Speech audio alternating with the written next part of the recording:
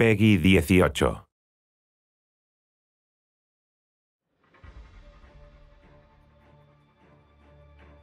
There's a million ways to play the game in terms of blowing stuff up, meaning you can kind of not be looking to do it, but you see something that you want to blow up and you're driving along really fast, you aim the car at it and you bail and there it is. So kind of everything's a weapon. And then there's also weapons. For me, it was always about like, how ridiculous can I go? So I built something kind of big and I'm like, a little more. I'm like, okay. So I finally was like, okay, I'm gonna just dial this up to like 30 and see what happens on a 10 scale. And like, perfect. I'm like, yeah, okay, well, let's see if we can maintain that for the whole game. And we have, so that's awesome. You know, we're a part of a section of games that have been focused on next gen since the beginning. And this allows us to do things that maybe the crossover titles weren't able to do up front. I mean, games like Uncharted is obviously amazing in how they script these sequences, but it's of course entirely pre-designed and canned.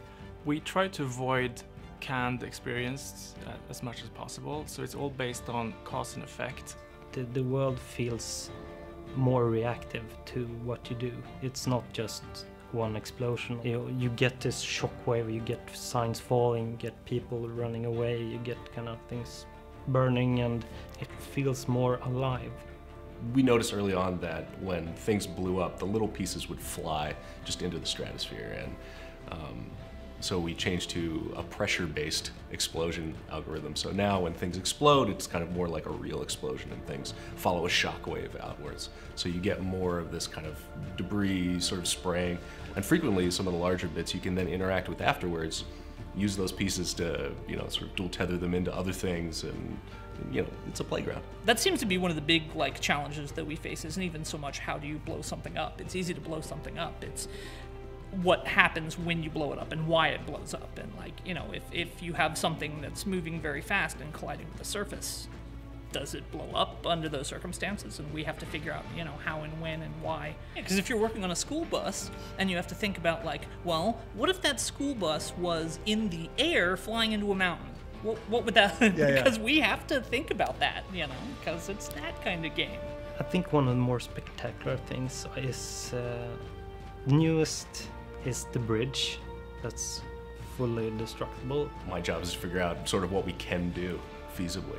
In most cases, you know, depending on where you sort of place these explosives or how you explode it, different pieces will sort of activate and come off. Like if I decide that I'm going to blow up the middle part, then the two sides, sometimes one of them doesn't always fall. It'll just sort of sit there and hang. You know, you'll see cars kind of like, you know, driving off the edge.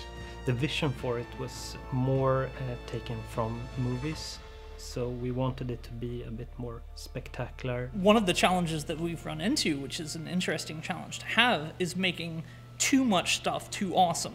We have to take some things and be like, all right, well, so when you kick this can, it's not going to be an atom explosion. It's going to, you know, it's just going to, maybe a small gas bomb fireball, and then... Well, we have done a few things that make no sense, but it's okay. That's true. Yeah, there is some of that, yeah. So. Sure, it's not the most realistic thing in the world, but sometimes realism can be left for reality. And when I'm playing a game, I want to sometimes be surreal. And the game Just Cause is kind of about that. It's a guy with a grapple hook on his arm that can do it without it detaching his arm from his body. Doing it too realistically would perhaps be a bit dull, so we tried to amp it up just a bit. The vehicle team really came up with an idea to change the way destruction works. We spent more time on the fidelity of vehicle destruction. Instead of just doing deformation, which is really cool, they actually added things like hinged parts on it. So you actually get the side view mirror hanging off the side. It seems like a small detail, but when you're driving around and smashing into a wall, you actually get that amazing return of, you know, it gives life to the vehicle. For the most part, our game is about movement and that traversal space, so the destruction is a joyful response, a reactivity in the world.